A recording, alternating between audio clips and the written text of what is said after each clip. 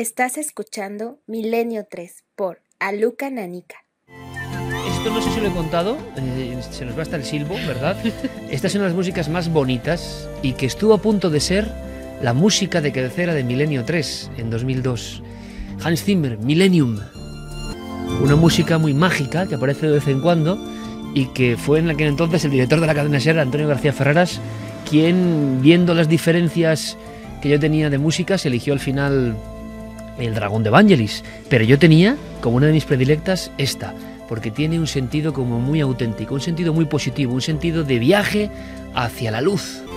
Y hablábamos en la primera hora, al final de ese dossier impresionante que nos traía Clara Tahoces, y además se sinceraba nuestra compañera, no sin emoción, igual que Carmen, hablando de historias que hemos vivido todos, ¿no? Esto no es ajeno a nadie, seguro que a vosotros tampoco. Esto no son datos científicos, esto es una realidad que ocurre. Y precisamente esta semana, de una forma un tanto muy inesperada, evidentemente, un buen amigo de este equipo, una de esas personas ya veteranas que por eso creo que tiene doble mérito, ¿no?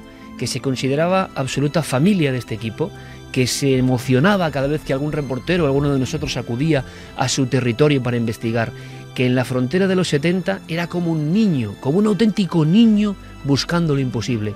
Y cuando uno ha conocido a tantos sabios, a tantos resabiados, a tantos que son los más escépticos del mundo, a tantos que saben más que nadie, a tantos profesores y sabios en lo suyo, a tantos y tantos, sigue admirando con más fuerza y fe todavía a la gente que con 70 años sigue con esa mirada diferente, humilde, generosa, amante del misterio, amante de lo que significa el misterio, amante de lo que significa buscar y emocionarse, amante de una nueva prueba siempre pendiente.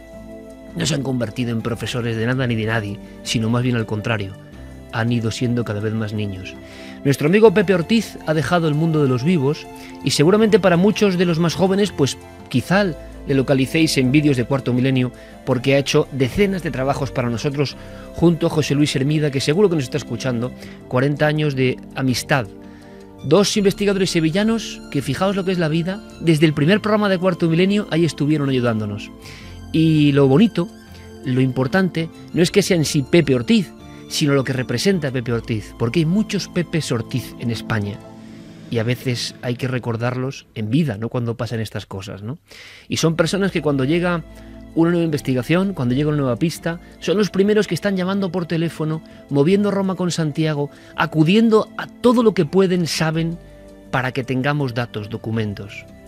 Esa generosidad, ese orgullo de pertenecer a esta familia, yo creo que es muy importante y por eso nos ha emocionado mucho la partida de nuestro compañero, que perdía la vida como si fuera una macabra inocentada, nos enterábamos al final del día 28, y porque representa a muchos que llevan 10 años de aventura y que se han sentido muy orgullosos de esta andadura de Cuarto Milenio.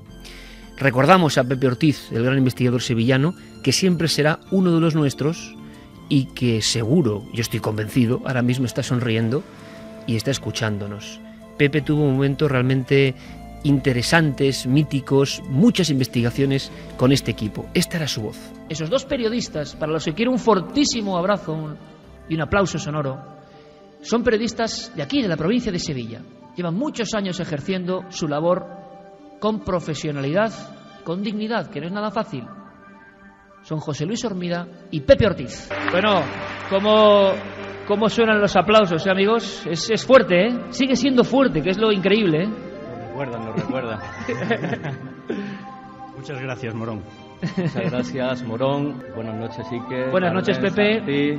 Todo el mundo que nos está escuchando desde aquí, desde este auditorio y desde todo el resto de España. Bueno, estamos en el auditorio Blas Infante de Morón y ya estamos para todo. 2000 personas, Morón de la Frontera, hace 6 años. Y ahí estaban Pepe y Hermida, la maravillosa pareja de investigadores que lo dejaban todo, cualquier cosa, y podemos dar fe de ello, cuando se trataba de investigar. Y yo creo que eso es y yo lo he visto en otros investigadores, muy veteranos ya, algunos de ellos, y que se ponen a prueba simplemente cuando uno les llama, cuando uno les habla de un caso nuevo, cuando uno les dice, con un simple correo electrónico, hay esto, hay lo otro. La emoción, el saltar del resorte y del asiento e ir a buscar, ¿no?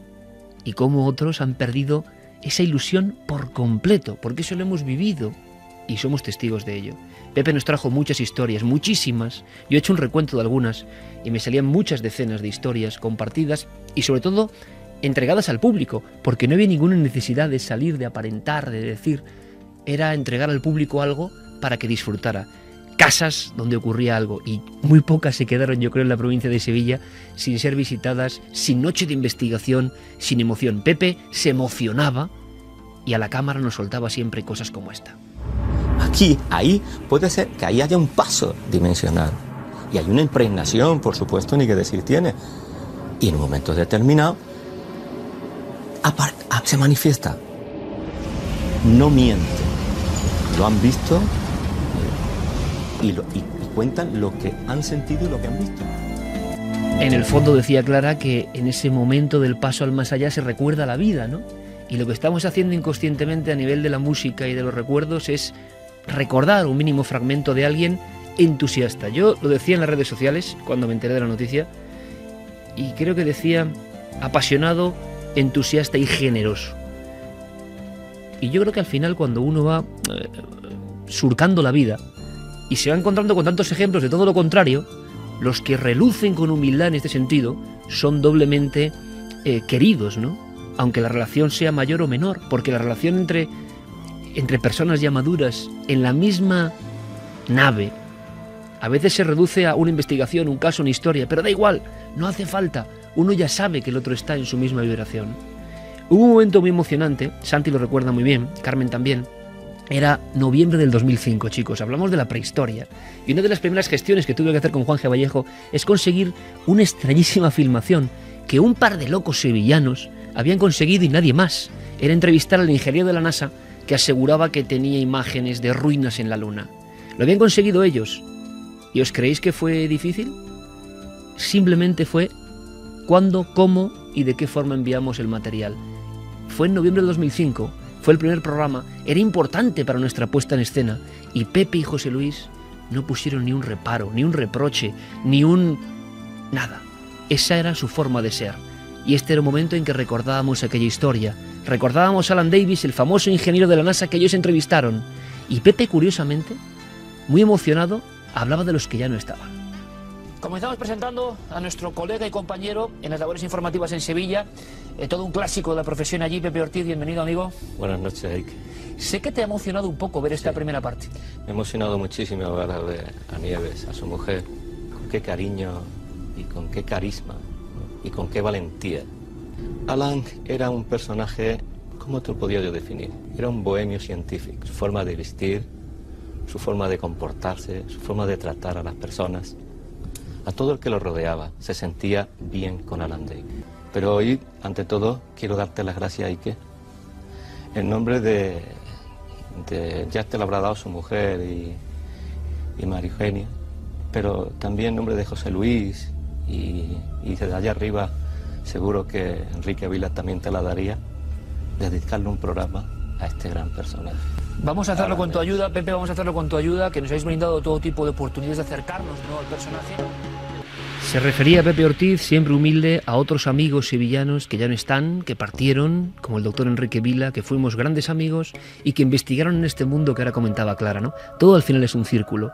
Y él, en vez de arrojarse, Pepe, en vez de arrojarse, aquí estoy yo, esta es mi investigación, siempre tenía palabras de apoyo y de aprecio.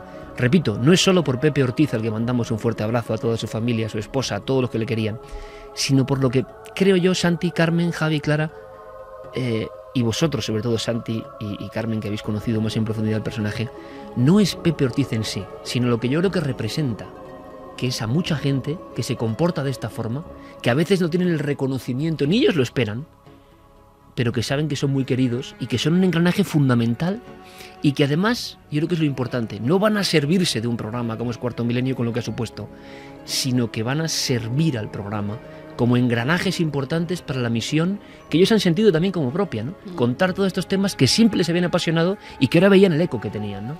Lo que yo veo en ellos es el entusiasmo, ¿no?, que tienen estas personas, que hay muchos chicos jóvenes que te vienen diciendo...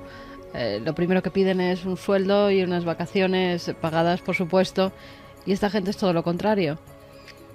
Tienen mucho bagaje en sus espaldas, han pasado por buenas etapas del misterio y por malas etapas, siempre se ilusionan, siempre se emocionan por las nuevas investigaciones que pueden aportar y a cambio no te piden nunca nada. Es gente que parece que está viviendo una nueva juventud del misterio, que en el programa se encuentran pues como en los buenos años 70, cuando el misterio estaba en plena ebullición y todos tenían un sitio. Parece que después los 80, los 90 les dieron un poco de lado y los abandonaron. Y ahora por fin se ven reconocidos también, sobre todo a nivel popular, muchos de ellos, ese reconocimiento que no habían tenido en otras épocas, porque también era más difícil acceder a ellos, porque con las redes sociales hoy en día se puede estar conectado con todo el mundo. Y antes ese reconocimiento tan solo lo tenían dos personas, que eran Juanjo Benítez y Jiménez del Oso, que eran los que salían en la televisión. Pero los que estaban alrededor quedaban un poco a la sombra de ellos. Bueno, también Sebastián Darbó en Cataluña era muy reconocido. Por cierto que Sebastián, yo tengo que decir que yo he vivido, personaje peculiar, lo que todo el mundo... Yo he vivido personalmente la emoción de investigar con su edad, el emocionarse. Pablo Villarrubia podría decirlo muy bien. Darbó, ahí está, yo quiero decirlo. Es uno de esos que puede gustar más, puede gustar menos, como todos. Pero que cuando hemos ido a pedir algo, cuando hemos ido a buscar algo, es el primero que se ha prestado a esta edad, rondando los 70, con una emoción de niño. Y es que eso, y mira, en otras cosas me podrán engañar, pero en saber quién tiene entusiasmo y quién no, tengo un máster. Y se ve al minuto. Sí, se ve todo lo contrario también, ¿eh? Y además, fíjate, debido a que Pepe era una persona muy, muy conocida, nos decían también, no solo en Sevilla, en Córdoba, era la persona que estaba sacando los buenos casos sevillanos, los que hacía años que no se veían. Él era el que estaba moviendo por Andalucía todo a nivel del misterio. Porque anda que no se ha removido de forma también chusca el tema por allí, pero Pepe era auténtico. Además, los testigos confiaban en él. Era muy curioso, testigos que no habían hablado nunca y los convencía para que, y tenéis que venir al programa y de verdad que os van a tratar bien, y al final acudía con el testigo, con lo cual pues es una forma de reconocer también, ¿no?, su granito de arena, esa labor que está haciendo, como muchos otros, a favor del programa. Pero es que Pepe además tenía una cualidad que era lo que permeaba su trabajo, lo que impregnaba su relación con nosotros, y era que era fundamentalmente buena gente, muy, muy, muy buena gente. Y de hecho, pues aparte de la entrega, aparte del entusiasmo, posiblemente a todos los que empiezan en este mundillo, el consejo mejor que se les puede dar es: sé buena gente, disfruta de lo que quieres, no desees el mal a nadie. Era un hombre profundamente entrañable, que siempre tenía una palabra agradable para aquel que hablaba con él, que de hecho yo nunca le oí una palabra desagradable ni hablar mal de nadie, y mira que este mundillo a veces es de lenguas viperinas también, tiene su trasfondo. Pepe no era así, tenía detalles constantes, todas las navidades, todas, nos enviaba... Estas también, todavía están en la redacción. Nos enviaba un par de cajas de polvorones para todo el equipo, para la gente cajas de vídeo. Gigantes, que la gente no se piense que eran cajas normales. No, enormes. No están acabadas todavía. O sea, el otro día cuando estuve por última vez en la redacción todavía me comí un polvorón de Pepe Ortiz a su salud. Y la verdad es que ha sido una pérdida que te puedo asegurar que alguien que sabíamos que quería profundamente, que profesaba un cariño a muchos miembros de este equipo, a todos los que conocía, y que ese sentimiento era mutuo, ha sido una noticia que nos ha caído pues como un mazazo. Y solo cabe decir lo que suelo decir yo en estos casos: Pepe, amigo, nos vemos en Valhalla. Lo que ocurre, y lo hablábamos ahí fuera con Clara, qué importante también es la ideología de cada uno cuando se enfrenta al viaje, ¿no? Y Pepe en ese aspecto le sorprendió la muerte mientras se acicalaba prácticamente para pasar las navidades con su familia. Tú te metes en la puerta del baño, estás tranquilamente, no tienes ningún problema, ya no sales. Así es la vida y hay que aprenderlo también. Sobre todo para no perder el tiempo con tonterías y con malas energías, ¿no?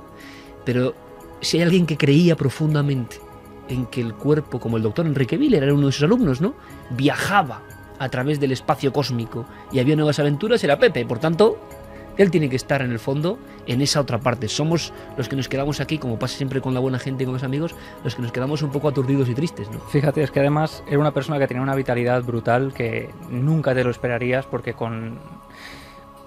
fíjate, había llevado bastantes años Tú investigando. el último reportaje que hiciste con él fue el de las arañas, Sí, ¿no? sí, fue el de las arañas, que Si fue es que ha hace hecho de todo, unos Pepe, con meses. nosotros. Claro, pero lo que me impresionó es que estábamos allí a punto de conseguir unos testigos que no querían, y Pepe llamándoles por teléfono. Y mientras entre una llamada y otra, él estaba hablándome de otros 20 casos que tenía por medio, que esa tarde, en cuanto me dejaran el tren, Eso es lo alucinante. él se iba a ir a hablar con un contacto que tenía, que había visto un ovni descendiendo, y decía que llevaba varias semanas y que le quedaban varios meses para convencer a ese testigo, porque quedaba con él a tomar un café, luego a comer, luego lo volvía a llamar. Es una forma de ser, ¿eh? Una forma totalmente diferente a la que estamos acostumbrados a investigar. Cuando tienes tantas cosas, pues ellos se repartían ese trabajo y sabían que cada día tenían que hacer un poco de todo ello.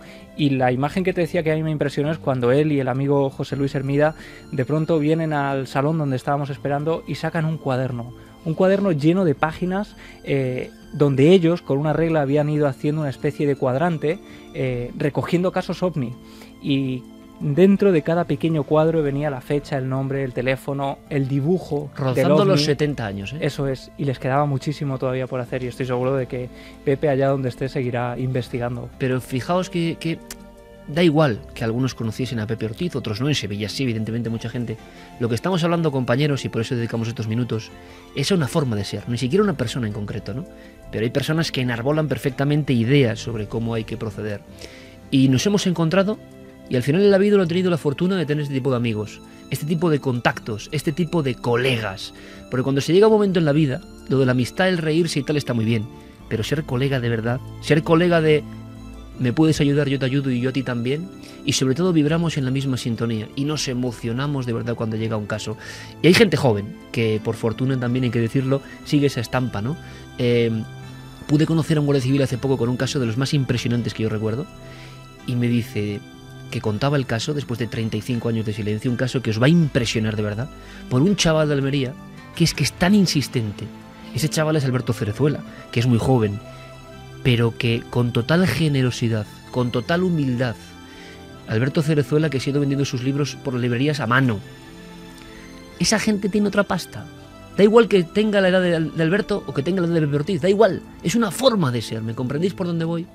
Y también conozco muy bien la otra forma de ser. He convivido y he combatido con otra forma de ser desde que tengo uso de razón. Y yo no soy dichado de nada, pero sé muy bien cómo son las dos formas de ser.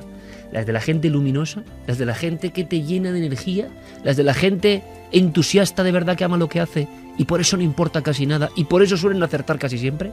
Y los otros, los reservados, los amargados, los que se sienten frustrados, no sé bien por qué, y no tienen más que eso, amargura, ¿no? Entonces es bonito recordar a Pepe Ortiz. Fue un investigador sevillano, dedicó su vida al misterio y tuvimos la fortuna de contar con él durante más de una década. Buen viaje, amigo. 3:25. ¿Qué os parece si en este instante en que se abre el silencio, nos marchamos a un sitio sí que es un poco fuerte, hay que decirlo, ¿eh? Es un sitio donde una leyenda, decía Santiago Camacho, se va convirtiendo poco a poco en realidad. Él decía, y es muy del ámbito de la conspiración, que a veces no hay más que quedarse sentado y esperar a que las noticias confirmen lo que parecían ficciones. La bomba de Hitler, la bomba nuclear. Se ha hablado mucho, se ha escrito mucho, se ha especulado mucho. Ahora se da un lugar concreto, que además un compañero nuestro, Pablo Villarrubia, conoce por doble motivo. Un Pablo, por cierto, muy impactado, ¿no?, con la muerte de Pepe Ortiz, y que nos hablaba precisamente de que estaban preparando nuevos casos, ¿no?, para ahora mismo. Bueno, pues Pablo tiene una conexión que ahora nos contará Santi. El nombre del lugar es Gusen y ahí se encierra un secreto que muchos buscabais, Santi. Pues sí, de hecho, fíjate, hace un rato estábamos hablando de programas de televisión, estábamos hablando de cómo las series están cambiando el panorama. Pues fíjate, te das cuenta de la cantidad de descubrimientos curiosos, trascendentes, de los que hemos hablado en este programa, que han sido llevados a cabo últimamente por documentalistas, por directores de documentales. Pues este es uno de ellos.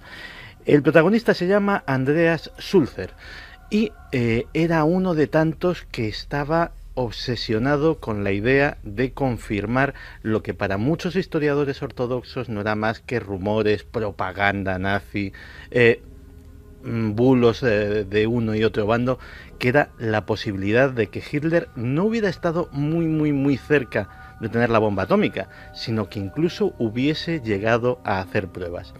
Así que, armado de los datos que tenía, empezó a rastrear una zona en los alrededores de Gusen. Gusen está en el norte de Austria, cerca de la frontera checa, y allí al lado estaba uno de los más atroces campos de concentración, campos de exterminio, donde además se utilizaba mano de obra esclava, entre otras cosas, para fabricar otra de las Wunderwaffe, de las armas definitivas de Hitler, los bombarderos y cazas a reacción. Y además también se habla de experimentos atroces con los prisioneros. Y encontró algo que le llamó poderosamente la atención, una anomalía. Había una zona en la que la radiación era muy superior a lo normal. No había yacimientos de uranio, no había nada que lo explicase, y se fue para allá con un equipo y encontró una zona de terreno que le llamó la atención. Empezaron a cavar y debajo había unas losas de granito. Las retiraron y ahí se encontraron la gran sorpresa, la entrada a un gigantesco túnel. Los contadores Geiger no mentían, la radiación era altísima. Por allí habían pasado cantidades ingentes de uranio, de plutonio o de cualquier otro material radioactivo. Aquello empezaron a tomar sus medidas, debía de medir entre 30 y 70 hectáreas. Una hectárea es un campo de fútbol. O sea, hagámonos una idea, y estamos hablando de túneles, es decir, para juntar esa extensión en túneles hablamos de kilómetros y kilómetros de galerías. El problema es que ahora mismo esas excavaciones están paradas. ¿Y están paradas por qué?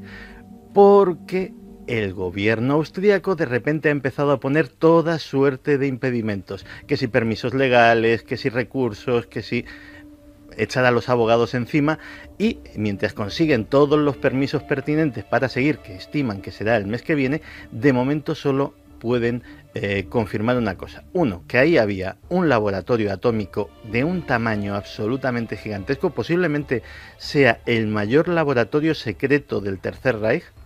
Otro, que aquello ha pasado desapercibido por completo para las tropas rusas que ocuparon la zona, para las tropas de la OTAN que después también ocuparon la zona, y para el propio gobierno austríaco. Desde el final de la Segunda Guerra Mundial, en que manos invisibles que sabían el secreto pusieron esas losas de granito y las cubrieron con tierra, nadie ha hablado de lo que había en esa instalación gigantesca, y además se han encontrado con un montón de cosas que, bueno, que en el mercado de los coleccionistas tienen mucho valor, como pueden ser cascos de las SS, todo tipo de parafernalia militar alemana de la Segunda Guerra Mundial, y esperan encontrar cosas increíbles, cosas como por ejemplo los restos de un reactor nuclear, o quién sabe si planos y otro tipo de cosas que confirmen la historia. Pero además Gusen para nosotros debería de tener una trascendencia especial. Decías que nuestro compañero Pablo Villarrubia había quedado impactado por la noticia, y no es para menos, porque su abuelo, y con él muchos otros españoles, había estado preso, condenado a trabajos forzados, y había muerto en el propio campo de Gusen. ¿Quién sabe si trabajando en esas mismas galerías que se acaban de descubrir? Mi abuelo Pablo Villarrubia Martín fue uno de esos españoles que, capturado por los nazis en la frontera de Francia con Alemania, en la zona de Epinal, en 1940, él construía la famosa línea Maginot junto con muchos otros españoles, la línea de defensa de los franceses contra los nazis.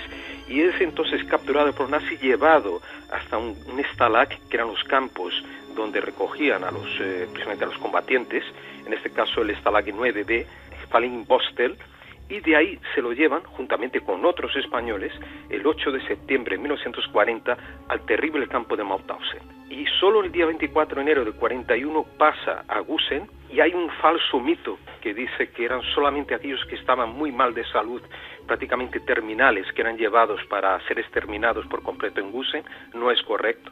Iban muchos españoles que estaban perfectas, o casi, no digo perfectas porque eran muy mal alimentados, pero que estaban en mejores condiciones físicas para seguir trabajando allí. Y acaba falleciendo el 7 de diciembre de 1941 en circunstancias que no sabemos. Quizá, quién sabe, incluso construyendo esos túneles para los experimentos nucleares. Que el abuelo de nuestro compañero Pablo, de Pablito, muere en Gusen. Era constructor de instalaciones militares, lo cual nos indica una cosa muy importante. Y no saben cómo se produce la muerte. Y nadie sabe lo que, pues como murieron en los campos de exterminio miles y miles de personas. Fíjate que los agrimensores que están ahora mismo en los túneles de Gusen creen que entre los túneles que se han encontrado y el campo de concentración e incluso el otro campo, el de Mauthausen, debe de haber una conexión subterránea que los conectase para traer y llevar a los prisioneros a las obras. Allí, en esos campos, había muchísimos españoles que a los que muchos de ellos conoció el propio Pablo Villarrubia cuando estuvo en la zona, conoce perfectamente ese lugar, que habló con ellos y que le contaron cómo era su vida diaria allí, una vida de pesadilla. Entrevistando a varios de aquellos supervivientes, juntamente con Montserrat George, que es autora del libro de Vivos en el Averno Nazi, pudimos averiguar gente como Emilio Caballero o José Marfil, que estuvieron allí en Gusen. Desgraciadamente Emilio Caballero ya falleció y José Marfil sí que está vivo para contarnos que ellos eran, allí sufrían las represalias incluso de algunos de los llamados capos, que eran los jefes de barracas, de barracones, como el terrible capo Asturias, que era justamente un español de esa región de España. Era siniestro, lo llamaban el matador de judíos o Napoleón, y este individuo castigaba muchas veces de forma indiscriminada a los presos y lo mataban, muchas veces palizas brutales que los conducían a la muerte.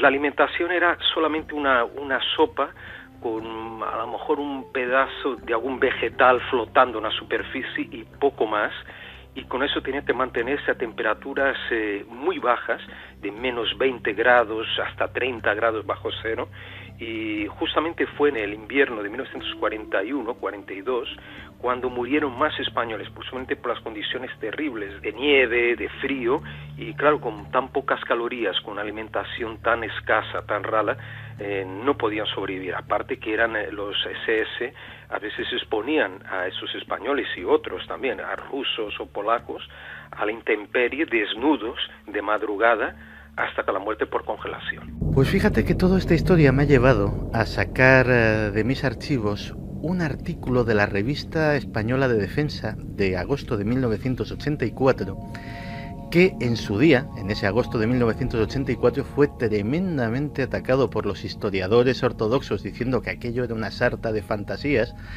y que lo escribía Luigi Romersa. Luigi Romersa escribía en primera persona porque él era el protagonista de lo que relataba. Luigi Romersa había sido uno de los hombres de confianza de Benito Mussolini. En 1943 hubo una reunión entre el Führer y el Duce en la que hablaron del curso de la guerra, y Hitler se vanaglorió de tener una serie de armas maravillosas que estaba a punto de desarrollar, entre ellas algo que denominaban la bomba disgregadora. Mussolini mostró mucho interés y pidió por favor que si podía enviar a su emisario, en este caso el propio Luigi Romersa, que escribía el artículo, para ver estos laboratorios y si acaso contemplar una prueba. Lo emplazaron para el año siguiente, 1944. El 12 de octubre de 1944, Luigi Romersa estaba en la isla de Rügen, a orillas del mar Báltico, y le llevaron a una especie de búnker semienterrado, donde unos tipos que llevaban unos trajes de amianto y unas gafas extrañas le proveyeron también de esos anteojos y de ese traje de amianto para que contemplase algo que no olvidaría en la vida. Era la famosa prueba de la bomba disgregadora, un resplandor cegador que lo llenó todo, una nube en forma de hongo que según él alcanzó miles de metros. En definitiva, lo que venía a ser la primera prueba atómica de la historia. Dentro de esos túneles se puede encontrar a lo mejor la confirmación de esta historia, o la confirmación de otros muchos historiadores heterodoxos norteamericanos que afirman que la prueba de Trinity, la primera bomba atómica norteamericana, la que se probó en el desierto de Nuevo México, solo pudo ser posible gracias al material capturado a los nazis, o incluso que la bomba atómica de Hiroshima, no así la de Nagasaki, era enteramente de fabricación alemana, mientras que la primera bomba atómica norteamericana sería, en realidad, la segunda lanzada del mundo. Como decimos antes, a sentarse y a esperar, a que es como también el proceso a veces científico, ¿no? Hay una novedad, hay una resistencia, y luego a veces en algunos casos hay una aceptación. Pues con el ámbito de las noticias conspiranoicas hay una novedad, una alarma, una incredulidad, algunos pasan el filtro y de repente poco a poco empieza a haber una aceptación. ¿Cuántos temas que hemos tocado aquí, Made in Santi Camacho, y tratados en ocasiones por el público como exageraciones, como alarmismo, ahora hay una tónica que yo no sé qué pasa, que los periodistas tenemos que cuidar de la gente o algo así, y no tenemos que alarmar. La principal consigna es no alarmar. O sea, nosotros estamos... O sea, no dar la noticia, ¿no? Exacto. Ya no estamos para contar, al parecer, sino para no alarmar, para calmar. En fin, alucinante, ¿no? Perdiendo ya la esencia de... Entonces, como se causa alarma con algunas cosas, hay un freno. Pero curiosamente pasa el tiempo y muchas de las noticias que ha contado Santi, se podía hacer un repaso hasta gráfico, podíamos pedirlo a ese cerebro electrónico C3PO, que es Diego Marañón, que nos haga el recuento de qué temas de Santi han aparecido después en lo que llaman pomposamente algunos prensa seria, con debates de sesudos intelectuales, tomándolo ya como verdad. Ese salto del ámbito de la conspiración a la realidad. Ahora pasa mucho tiempo. Fracking, bueno, es que hay un montón de los que Santi comentó hace tiempo y que la luego bomba atómica española, los estudios de la bomba atómica española, miles de cosas, ¿no? Pero te quiero decir que hay un proceso que dura X tiempo y que en ese tiempo también se frenan muchas investigaciones. Decía Schopenhauer que toda verdad pasa por varios procesos. Al principio se ríen de ti, luego te discuten y finalmente lo aceptan. Pues con muchos de estos temas, no siempre, o sea, el mundo de la información alternativa o de la conspiración, o llámalo como quieras, no es infalible. Hay claro, enormes metidas de y pata, errores, claro, evidentemente. Y interpretaciones hechas con muy buena fe, pero en base o bien a datos falsos o a una mala interpretación de los datos que no han terminado cuajando. Pero hay determinadas cosas a lo largo de mi carrera, y son ya muchos años, que me doy cuenta de que las tienes justificadas, las tienes documentadas, las tienes probadas y no se aceptan porque en ese momento no interesa aceptarlas. Claro. Y no es hasta que ya las pruebas son tan palmarias y sobre todo de conocimiento tan general, cuando ya lo sabe una cierta masa crítica, ya no se puede negar. Pero pueden pasar años para que llegue ese conocimiento. Y décadas. Y décadas. Y décadas. O sea, pueden pasar. Yo recuerdo que, por ejemplo, ahora, después de lo de Snowden y de todo este tipo de cosas, yo los primeros artículos que escribí, y los escribí en la revista Enigmas cuando trabajaba allí, hace, pues puede ser 15 años, sobre, por ejemplo, la pérdida de la privacidad o cómo los gobiernos están constantemente monitorizando tus comunicaciones. Pues había ciertos grupitos escépticos en la primitiva internet que ya decían, bueno, estas son chorradas porque esto es técnicamente imposible. Que nos vigilan, ¿no? Bueno, porque la gente siempre está dando por saco en todas porque partes, haría falta unos medios informáticos y unos presupuestos que no serían viables y no sé qué y no sé cuántas. Y esto sí, no pero ahí está el creer. freno, ¿no? El freno que hace que muchos no crean, evidentemente, en ese momento. Y luego nos vamos enterando de que la vigilancia ha sido absoluta. Por cierto, Santi, aunque sea brevemente, para el 2015, ¿crees que alguna de esas noticias que tú has dado va a emerger en la prensa seria? ¿Habrá que estar atento especialmente? Seguramente, y te voy a decir por qué. No te voy a decir ninguna en concreto porque esto es como, aquí puede saltar la liebre en cualquier momento y en cualquier lado. Pero estamos viviendo una época tan extraña, tan convulsa, que no me extrañaría nada que este año fuera de alguna revelación, no te voy a decir constantes, pero al menos de una que nos llene de asombro para el resto del año y para unos cuantos años más. Bueno, pues ahora lo que vamos a hacer, mandando también un abrazo a Diego Marañón, evidentemente, 1000 semanas, él no lleva 1000 semanas, pero lleva unas cuantas ya, Vamos a escuchar otra de sus entrevistas. Decían que era mentira lo de las 1000 semanas. Es que hay gente que no sabe que hacíamos 2 emisiones. Sí, bueno, claro. En fin, bueno.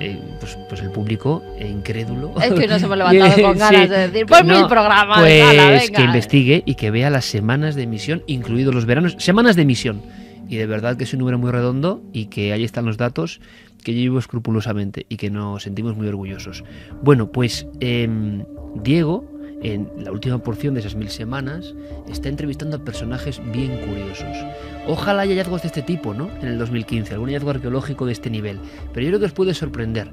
Nuestra idea es una perspectiva diferente de personajes. Pero ojo, no dicen invenciones. Todo el diálogo está extraído de un estudio profundo y de lo que dijeron ya en ciertos momentos, pero hilados con la gracia aquí del artista Diego Marañón. ¿A quién nos trae esta noche? Pues para este programa tiene que haber un efeméride importante. Uno de los hallazgos y escenas más importantes de la historia. Una escena inolvidable, pero que luego tuvo su reverso oscuro, que luego tuvo parte de maldición, dicen. Hola, buenas. ¿Se puede? Hola, señor Carter, le estaba esperando. Pase, no hace falta que llame. Gracias. A otro con ese cuento. Ya entré sin llamar una vez en cierto sitio y los que me acompañaban salieron escaldados. Así que cualquier precaución es poca, majo. ¿Y qué sitio era ese? No me venga con historias, lo sabe perfectamente. Si no, ¿a santo de qué iba a estar usted aquí? Ya, bueno, era por darle un poco más de emoción. Luego hablaremos de eso, porque no sé si lo sabe, pero este año se han cumplido justo 100 años desde que le otorgaron a usted el permiso para excavar. ¡Un siglo, nada menos! Se dice pronto. Y parece que fue ayer cuando me llevaron al cementerio de Pundy Vale. Bueno, comencemos por el principio. Era usted el menor de 11 hermanos. Sí, nos criamos en Kensington. Mi padre era un artista, ¿sabe? Nos mantenía con el dinero que ganaba haciendo retratos. ¿Retratos de gente importante? De las mascotas de gente importante. Lo bueno es que de todos los hermanos fui yo quien heredó su facilidad para el dibujo. Con los años ese talento me vino muy bien. Sí, porque según he leído no tenía usted estudios académicos. ¿Qué insinúa? ¿Acaso ha descubierto usted algo en su vida? Pues, entonces a callar. Bueno, ya me habían advertido que tenía usted mal genio. Que se lo digan a aquellos turistas franceses que me encontré en Saqqara en 1905. Llegué a las manos con ellos. Y por aquella bobada casi se viene abajo mi carrera. Me cesaron como jefe de antigüedades. ¿No le parece una injusticia? No sabría decirle. No, claro, ¿usted qué va a saber? Centrémonos. ¿Me cuenta lo de la tumba? Ay, sí, lo de la tumba. ¡Qué tiempos! Todo comenzó con la ayuda de mi mecenas George Edward Stanhope Molinet Herbert. ¿Todo eso es solo una persona? Bueno, ustedes lo conocen más como Lord Carnarvon. Acabáramos. Era multimillonario y gracias a él llegué a Egipto. Me eligió como su discípulo y como el jefe de sus excavaciones en Tebas. Cuando llegamos decían todos que el Valle de los Reyes estaba seco. ¿No llovía? Seco de expoliado, hombre. Y después de 8 años excavando sin resultados, pues hasta yo empecé a creerlo. Y entonces, casi por casualidad, apareció. Ya lo creo. La tumba de Tutankamón, el faraón niño.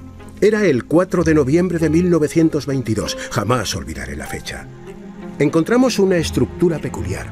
Al principio creímos que formaba parte de la tumba de Ramsés VI, pero no. Excavamos, y allí estaban los primeros escalones.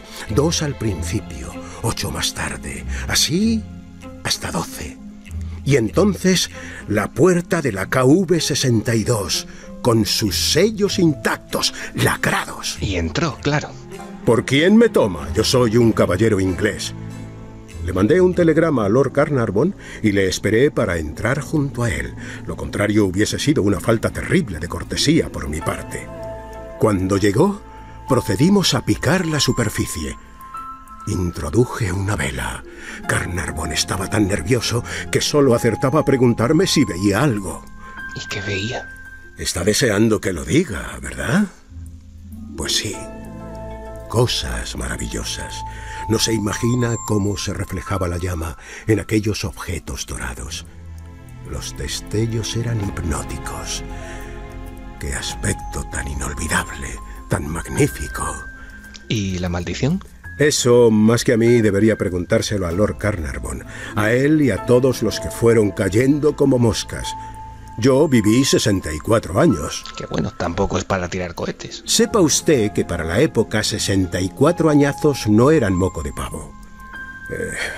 En cierto modo, creo que si yo me libré de estar en esa lista fue por una especie de conexión invisible entre el faraón y yo. Puede ser. Sabrá que ha pasado usted a la historia por su descubrimiento, ¿no? Evidentemente. También intenté buscar la tumba de Alejandro Magno en Asia Menor, pero eso ya fue más complicado. Tenga en cuenta que por el asunto de Tutankamón, la Universidad de Yale me nombró doctor honoris causa. No sabía. No me sorprende. ¿Ha terminado? Pues creo que sí. Muchas gracias. Oiga, ¿sabe por dónde anda Lord Carnarvon? Ya que estoy aquí, sería interesante conocer su versión. Vaya usted a saber. Los multimillonarios son igual de excéntricos aquí arriba. Debí suponerlo.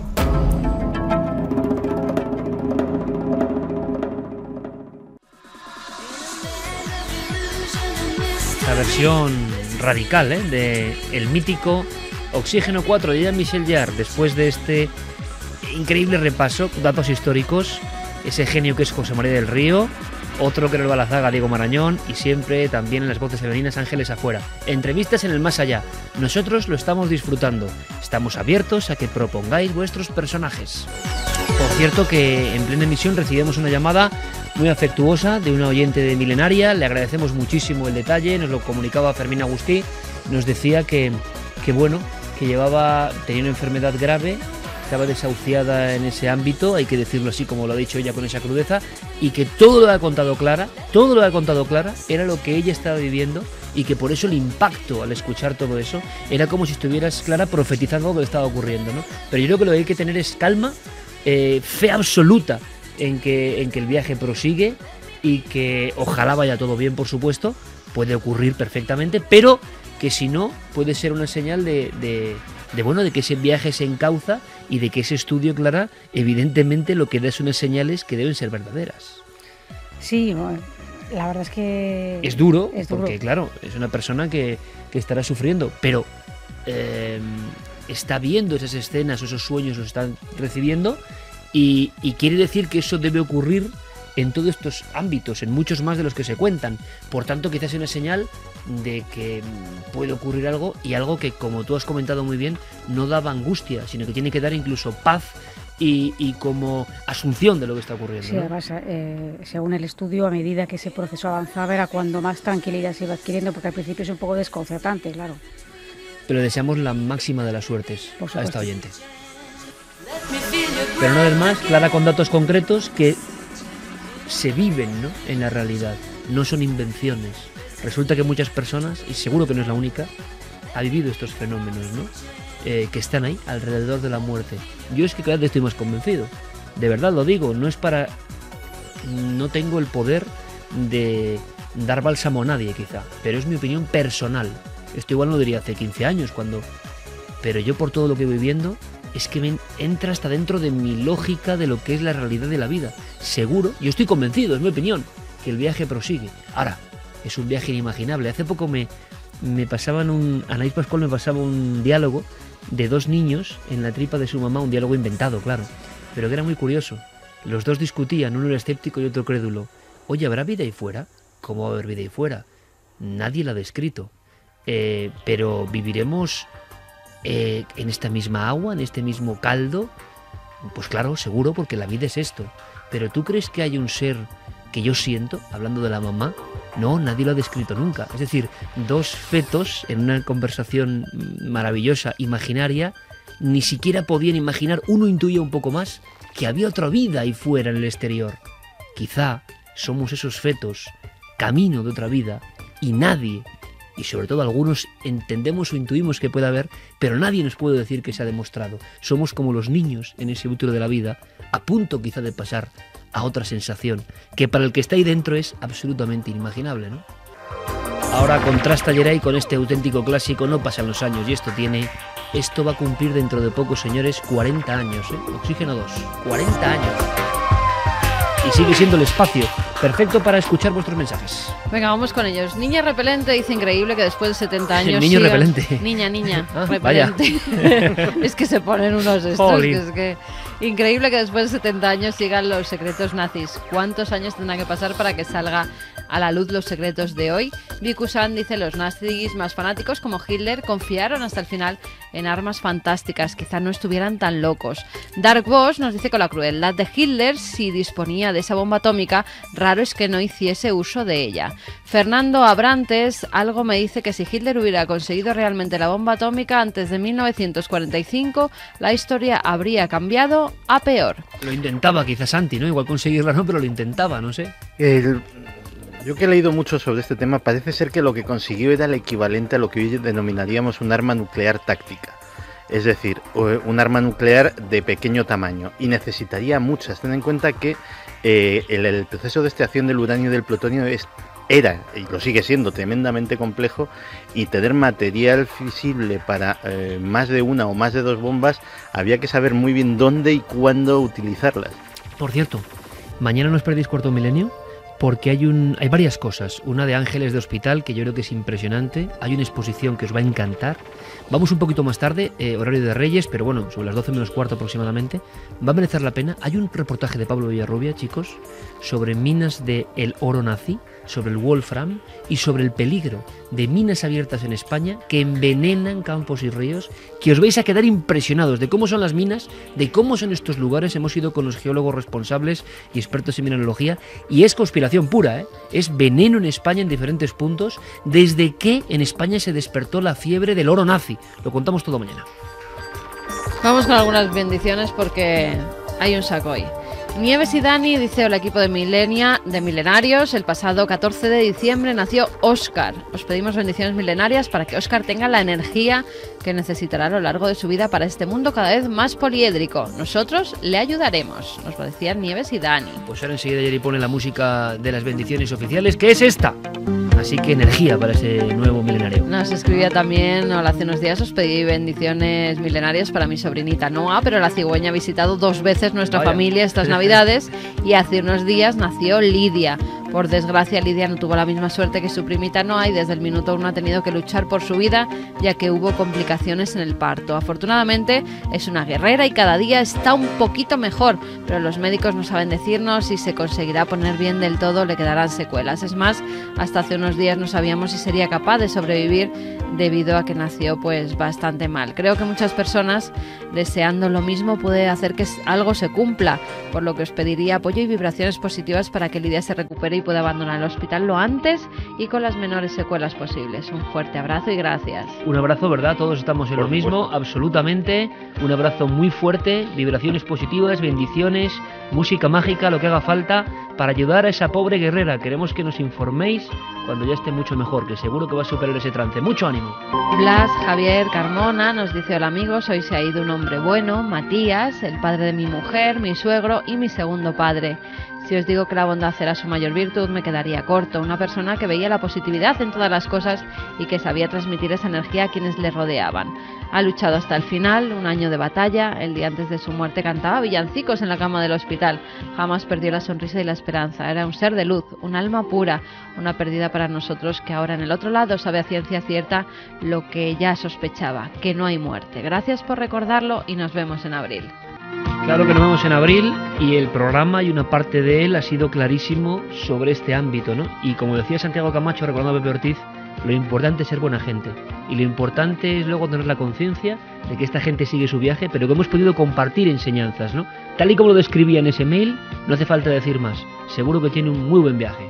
Margarita también nos dice: en primer lugar quiero desearos feliz 2015 a todo el equipo que, capitaneado por Iker, lleguéis a muchos puertos llenos de éxitos a lo largo del año.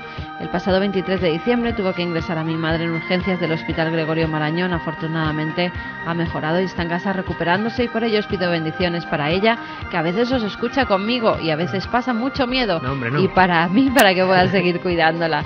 Mientras esperaba en urgencias, el día 23 coincidió con un compañero nuestro de la SER que también tenía a su mamá malita, y que desde aquí pues que le demos también un abrazo a él, nos pedía. Ahí va. Nos escribían también: Eve decía: os escribo porque mi amigo Alejandro Sánchez Arévalo, falleció el pasado día 1 mientras volvía a Madrid desde su pueblo en Cabeza del Buey, Badajoz. me gustaría que a todos los que le queríamos nos dierais vuestra bendición milenaria, ya que fue durante un tiempo becario como técnico de sonido en la SER y en concreto con Milenio 3. Me acabo de quedar Alejandro Sánchez Arévalo, Alex. Al parecer estuvo aquí de becario. Un becario de aquí de Extremadura. Sí, que nos ayudó en algunas de las grabaciones. Sí, pero si es quien estoy pensando, no sé, me acabo de quedar un poco de piedra, ¿no? Un chico que ha grabado con nosotros, Fermín, ¿no? Me lo confirma, y un chico muy amable de Extremadura. Que se despidió hace poco, ¿no? Que se iba a su tierra. No sé, lo confirmaremos. Espero que no sea... No, hombre, no, me imagino que no. Bueno. ¿Sabes quién es? Rubén Zazo nos decía, os escribo para pediros una bendición para Kiara, nuestro Yorkshire, que tras pasar por una dura operación no ha podido superarla y nos dejó la noche del 1 de enero. Estamos todos destrozados, ya que la queríamos mucho y la hemos visto pelear día tras día hasta que no ha podido más. Bueno, pues que cojan otro perrito, Rubén, enseguida, porque os va a dar el mismo cariño que ese Yorkshire que teníais. Y nos informaremos sobre el caso de este becario de la SER, que, hombre, espero que no se confirme, porque nos ha dejado el cuerpo helado, ¿no? No sé ni qué decir, porque realmente en una circunstancia de este tipo, pues te quedas como diciendo... Están intentando confirmar nuestros compañeros, pero espero que no sea real. Pero desde luego, en fin, un abrazo fortísimo a toda la familia, aunque sea por el susto, porque o si ha ocurrido algo, pues de verdad que nos quedamos muy impresionados, porque si es el chico que pensamos, es una persona muy maja que colaboró con nosotros en algunas cosas. Rita... Nos lo confirma Fermín, que ha tenido un accidente de coche, ha tenido un accidente de tráfico hace poco tiempo. Vaya, hombre, pues nos quedamos... Esto es lo que tienen también las bendiciones, ¿no? Que un programa donde nos hemos despedido de amigos nos dan esta noticia así tan tremenda de un compañero tan joven. En fin, es que se lo podemos decir, que la vida es así, que hay que andar con una... Era un chaval magnífico. Pero una prudencia absoluta es la que tenemos que tener. Con este final... nos quedamos tan impresionados, como todos vosotros seguro. A veces las bendiciones también nos tocan de lleno, lo habéis visto, ¿no? Y en vivo, esto no es una cuestión ornamental, esto nos pasa a cualquiera. Por eso a ese compañero le deseamos todo lo mejor en ese viaje tan joven, parece mentira, tan increíble. Nadie está al margen, ¿no?, de que la vida la trate de esta forma. Por tanto, también hay una enseñanza posterior en todo esto. Hay que estar en la luz, en lo positivo, porque en cualquier momento, en cualquier instante, dejamos de estar y estamos en otro lugar. Gracias a todos, amigos. Gracias, Diray, gracias, Fermín, gracias, Santi, gracias, Clara, gracias, Javi, gracias, Carmen. Feliz semana. Un abrazo muy fuerte, compañeros.